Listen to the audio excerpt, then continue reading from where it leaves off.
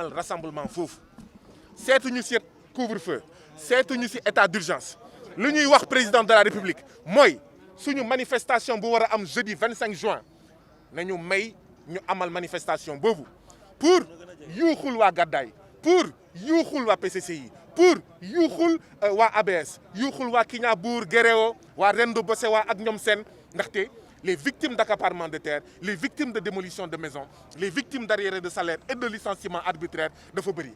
donc premier ci plan d'action yi mooy waa jël suñu manifestation bu war a am 25 juin ajjuma lañ ko déposé ñu ngi xaar nag commissariat central commissariat plateau plutôt woo ñu comme d'habitude pour def l'enquête de routine suñu manifestation boobu dañ koy amal ndaxte nag bu dee président de la république du confiner caxat yi ñuy caxatee suuf yi bu dee président de la république du confiner les manipulations de la justice aux ordres justice boo xam ne d'accord li mu fi nekkee rek mooy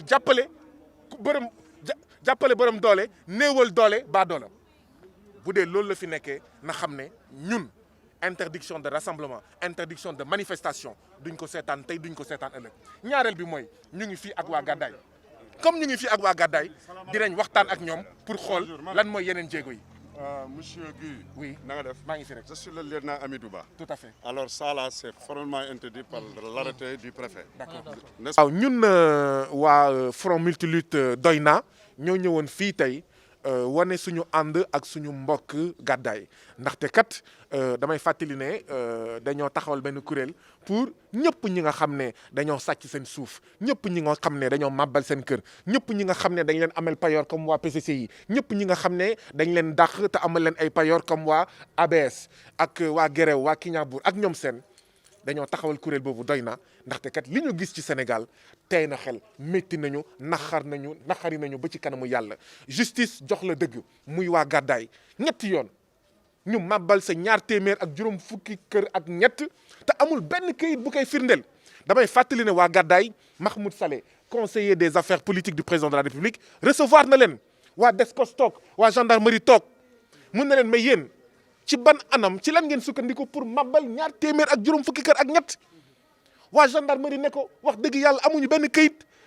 ay ordre rek la ñu appliqué ban Sénégal la ñu nekk moo tax nag ñuy wax sénégalais yëpp bu yóbbu ñu xam ne ñun ñëpp nous sommes en danger ku fi am kër ku fi am suuf bu yóbbu nga xam ne yaa ngi en danger bu ñu seetaanee lii dal waa Gàddaay mu continuer bu yóbbu nga xam ne dinañu dal ñun ñëpp moo tax xeex waa Gàddaay suñu xeex ñun ñëpp la am nañ nag métit bi nga xam ne au lieu ñu delloo seen 6 hectares waa Gàddaay au lieu ñu delloo leen seen 200 kër ak juróom fukk ak ñetti kër ñu teeru leen tey ak ay grenades lacrymogènes ba ñaar ci ñoom policiers yi bu ñuy sànni grenades lacrymogènes yi au lieu ñu sànni ko ci kaw comme niñ ko xamee ñu def li ñuy woowee tir droit yooyu damm na loxo kenn damm na tànku kenn waaye itam am na ñeenti blessé waaye itam am na fukki nit ci ñun ñi nga xam ne on les a arrêtés moo tax nag ñuy wax président Macky Sall na libérer dans les meilleurs délais suñu fukki mbokk waa Gàddaay yi ñu arrêté xeex bi nag day continuer jeudi bii di ñëw 25 juin amal nañu taxawaayu ñaxtu fële ci place de l'Obélisque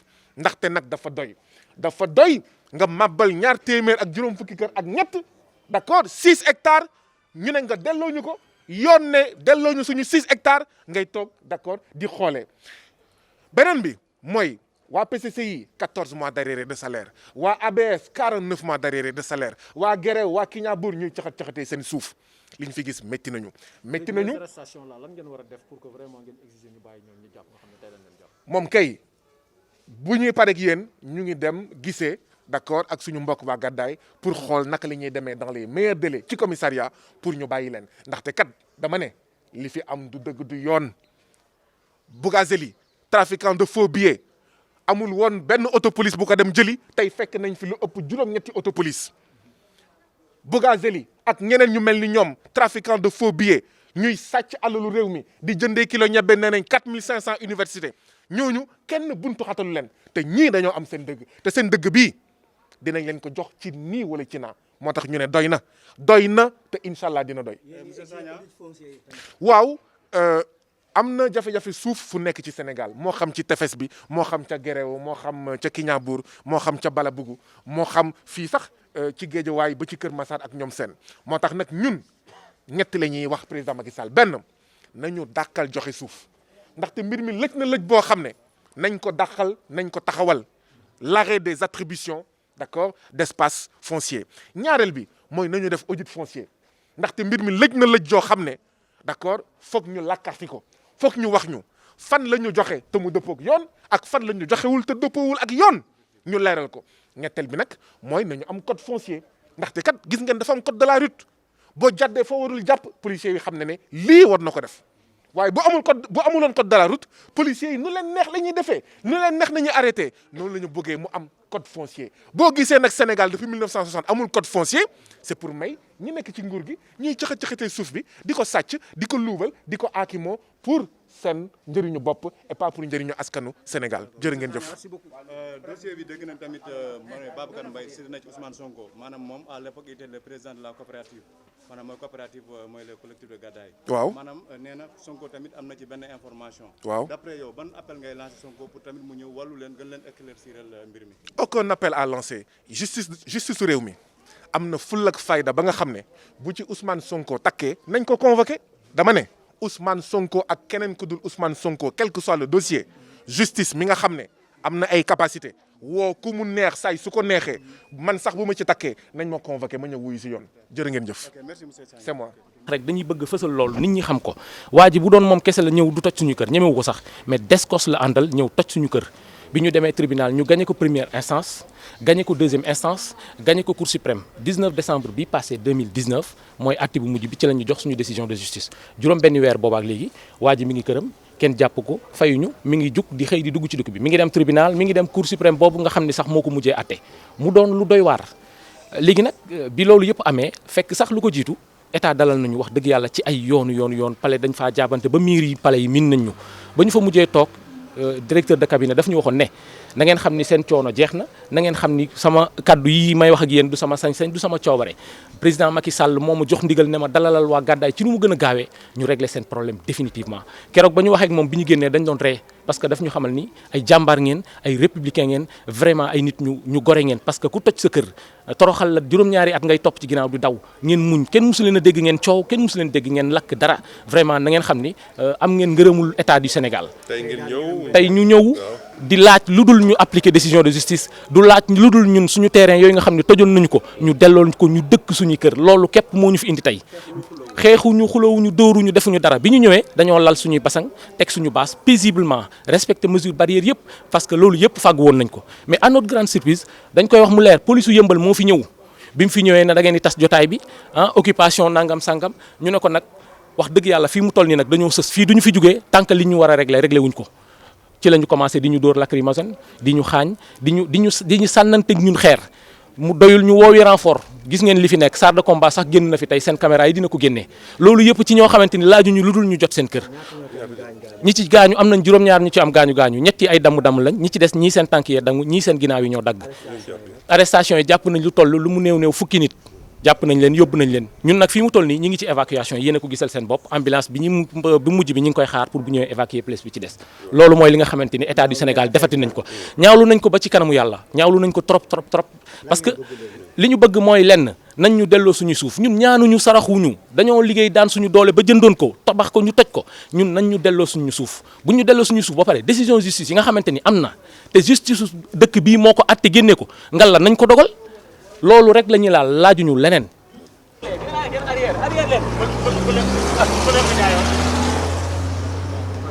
Pape Diop moo ñu jaay terrain yi. léegi ki leen ko jaay ak ki ko toj bokkul. déedéet. kan moo ko toj.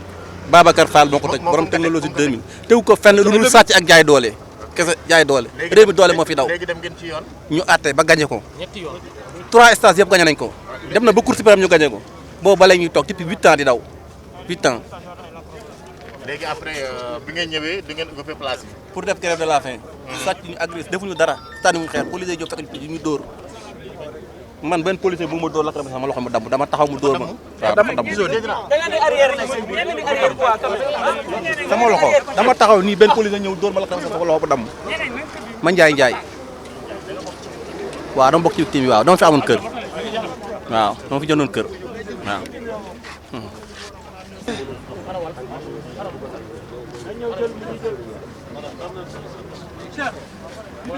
D'accord, ok.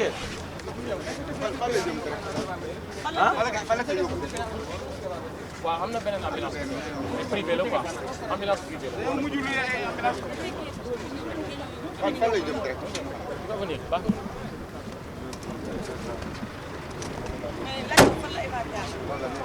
non am na ku ne foofu am na ku ne foofu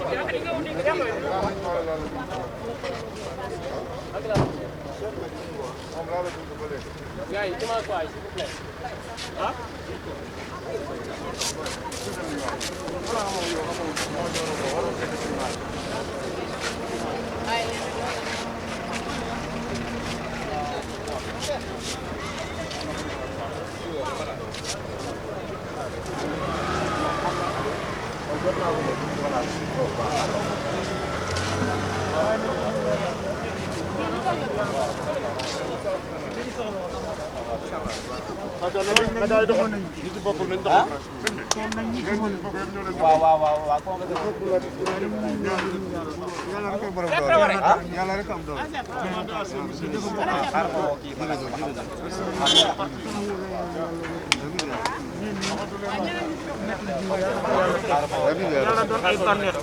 salaamaaleykum papa.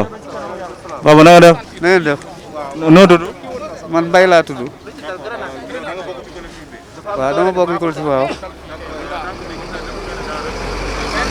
ah. waaw moom lay nuróol de. moom lay nuróol waaw. parce que mënu ko ñoom ñoo ma ko sànni ñoom ñoo ma ko wiisee direct dóoru ma ko. gërëm naa la ko waaw moom ma ko wiisee direct sama tànk dóoru ma ko. waaw moo ko tey moo ma ko wiisee carrément dóoru ma ko. waaw. ci baas bi biñ nekkee biñ taxawee ci baas bi ñoom ñuy ñëw lañ koy moo ko wiisee carrément sama tànk daal ma koy dóor moom la loolu noonu la. waaw boobu nag xaw naa naaj tuuti rek. ay 9 heures. ay 9 heures yooyu rek noonu la. ki ñu évacué nii depuis 8 heures la. ñu woo sapeur ba léegi ñu ngi soog a ñëw. kenn ki dem nañ ci sapeur yi bon dañoo woo suñu ambulance dañoo loué ambulance boobu moo war a ñëw jël si kii ñaari blessé yi waaw am na suñu beneen blessé boo xam ne tamit mu ngi police te dañ ko waroon évacué yóbbu ko mais yóbbu nañ ko police waaw vraiment mu ngi police ñun nag sànni wuñu xeer defuñ dañoo toog ñoom ñoo ñu songu sànni ñu ay lacrymogène te ñun dañoo ñëwoon rek pour toog ñaxtu suñu alal lañ doon def jàmm ak salaam xeex musuñu yàq musuñu sonal kenn suñu alal lañ tot ñu ñëw di ñaxtu mu ngoog gagné nañ ko première instance gagné deuxième instance ñu dem cour suprême daan ko mooy Babacar Fall ñu mu war a door ko ay amende war ko tëj 2 ans de prison ak contrainte par corps mu osé toog këram di def conférence de presse naan dinañu plainte waaw prisonnier nan lay plainte ñu mu tooñ ñu bàyyi ko jëliwuñu ko tëj ko ñun ñu ñëw toog pour jot suñuy terrain ñoom ñu ñëw fekk ñu toog ci dal ñu dóor ñu ay lacrymogène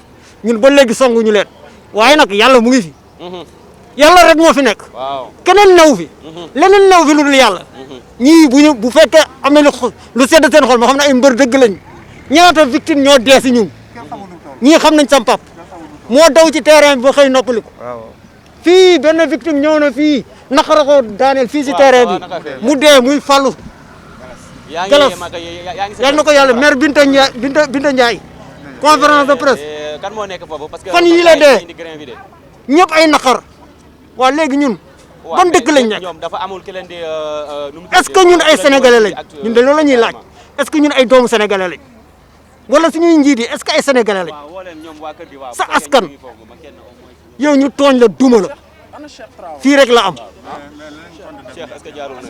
ñun dañoo ñëwoon toog pour état jóg delloo ñu suñuy kër dañu toogoon pour xiifal ñaxtu ñu delloo ñu dégg ñu delloo ñu suñuy alal wax dëgg yàlla koo ñëw muy def loolu nga war ko masawu ñëw di ko dóor ay lacrymogène li fii rek la am di ñu humilier fii rek la am de. police ñoo ñëw dóor ñu ko ñun songu ñu leen defuñu dara dañoo toog ñu ñëw def ñu ko waaye ñu ngi sant yàlla nag bàyyi prisonnier di dóor ñoo xamante ne si dañ leen yàqal jël sa alal tooñ la dóor la duma la fii rek la am Sénégal amul Sénégal rek la am.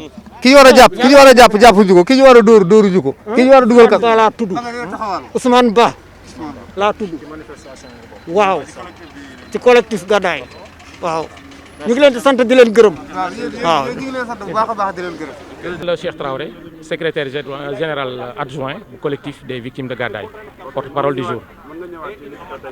waaw li fi xew tey ci suba mooy collectif des victimes de Gadaye ginnaaw bi ñu amee ñetti décision de justice gagné promoteur boobu tojoon seen kër ñu toog juróom-benni weer di xaar décision boobu yoon appliqué ko kenn appliqué wu ko waa ji mi ngi tëdd këram mi ngi continuer def lu ko neex état bi ñu digoon ñu toog di ko xaar nañu bu yoon attee ngeen am ndam wala ngeen ñàkk am ndam dinañ leen jox ay këyit yu wóor accompagner leen ngeen dëkk seen kër ñu toog di xaar état boobu gisuñu dara ñu dem ba xam ni mënatuñoo xaar ci la ñu jug nag ne incha allah dinañu def tey 22 juin bii di lundi grève de la faim noonu ñu ko waxee woon noonu la ñu ñëwee tey ci jàmm ci njekk ci teranga ñëw lal suñuy baas toog fas yéene def grève de la faim xaar yàlla à notre grande surprise police ñëw police yu yëmbal gaareel ñu contingent di ñu sànni ay lacrymogène di ñu dóor di ñu maate comme lu kenn mënut a wax lacrymogène yaa ngi nii damm fi ñaari nit dóor leen ay lacrymogène kenn ki tànk bi lañ ko dóor mu damm keneen ki loxo bi lañ ko dóor mu damm kenn ki évacué nañ ko ki ci des ñi ngi xaar sapeur ba léegi ça fait plus de 45 minutes ñi ngi woo sapeur pour mu ñëw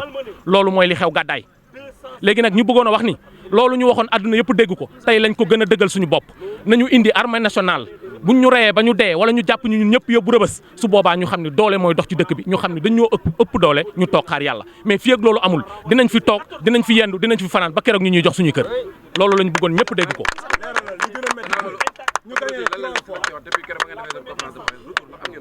amuñu benn retour bi ñu defee suñu conférence de presse ba léegi amuñu benn retour loolu ñu waxoon ak ñoom ñi ngi taxaw fi ñu taxaw ñun ñi ngi taxaw fi ñu taxaw ñun nag dem nañ ba nga xamante ni xaaruñu leen finalement ñi ngi fii tëdd daal ku ñëw daal dig ñu fi fekk ku ñu fi fekkit lu mu jar dinañ ko jëflanteeg yow fu mu yem rek neex ñu xam ne dañoo tooñ ñu jaayante ba keroog ñu am li ñu bëgg.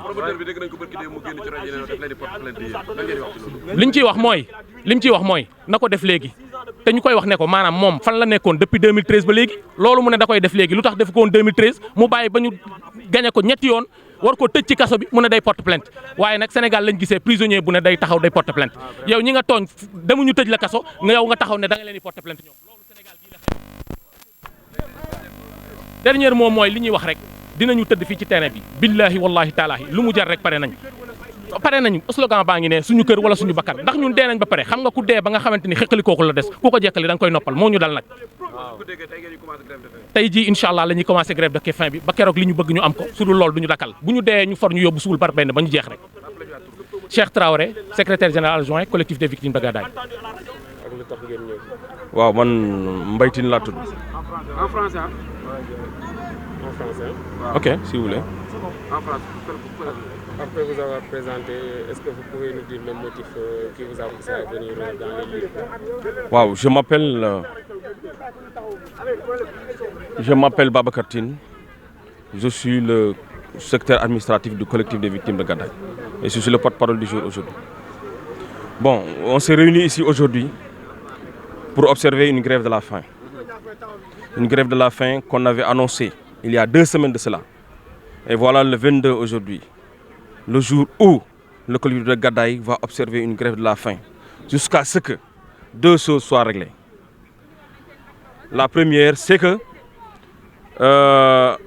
l'État du Sénégal nous avait promis, quelle que soit l'issue du procès de la Cour suprême, ils allaient nous rendre nos terrains pour qu'on puisse y habiter.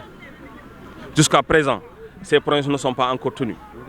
L'autre aspect que je voudrais aussi clarifier, c'est que une décision de justice de la Cour suprême doit être appliquée. Depuis décembre 2019, la Cour suprême a condamné le promoteur de 6 mois de prison ferme avec un contrainte par corps au maximum et des amendes à payer. Mais malheureusement, depuis 6 mois, le promoteur n'est pas inquiété. Et en plus, il se permet de faire des sorties à la radio, à la télévision, pour nous menacer, nous. Pour quelle raison et dans quel pays sommes-nous? Maintenant, nous, on avait toujours déclaré qu'on est des républicains de ce pays. On a respecté les textes, on a respecté les lois, on a respecté la justice de notre pays, on a respecté tout. Mais malheureusement, l'État du Sénégal ne veut pas nous accompagner. Et pourtant, il a accompagné le promoteur à détruire nos terrains le 18 décembre 2018.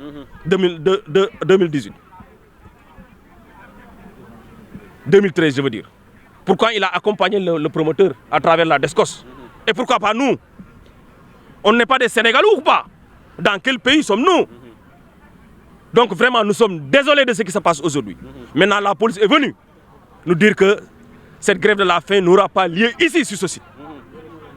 On va dire que ça, c'est pas possible. Ce site-là nous appartient et il va nous appartenir toujours. Donc la grève de la faim sera tenue dans ce site. Voilà encore une fois les faits qui nous ont motivés pour venir ici faire de la grève de la faim. Maintenant, jusque-là, avez-vous reçu un retour de la part des autorités administratives? On n'a pas eu de retour au niveau d'une simple autorité administrative. On n'a pas eu de retour. Ils ont eu l'information, ils font sourd oreille. Maintenant, nous, on est là. On va faire notre grève de la faim pour voir. Que dites-vous à propos de la plainte qui a été déposée par le promoteur Mbaye Fall? Non, on n'a pas encore reçu de plainte. On attend la plainte. Et on a reçu ces déclarations au niveau des radios. Ah oui, mais vous allez lui demander peut-être. Il a porté plainte à Mbaye Tine. Mais je suis là. Je n'ai pas encore reçu de convocation. Je n'ai pas encore reçu de plainte. Le président du collectif est là. Il n'a pas encore reçu de plainte. Depuis 2013, il nous menace d'une plainte. Vous le savez très bien, revisitez les archives. Il est illégal. Il faut qu'il le reconnaisse. Il est illégal. Il a été condamné par les plus hautes autorités de la justice. Quand même, que les gens respectent ces décisions de justice. Ils n'ont qu'à appliquer ces décisions de justice. C'est ça que nous demandons. L'autre aspect, c'est que les promesses de l'État doivent être tenues, respectées. Nous sommes des citoyens de ce pays. C'est ça qu'il faut reconnaître. Maintenant, votre dernier mot, puisqu'il y a toujours les forces de l'ordre qui sont présentes au niveau des lieux, et vous aussi, vous êtes toujours au niveau des lieux. Nous sommes toujours présents.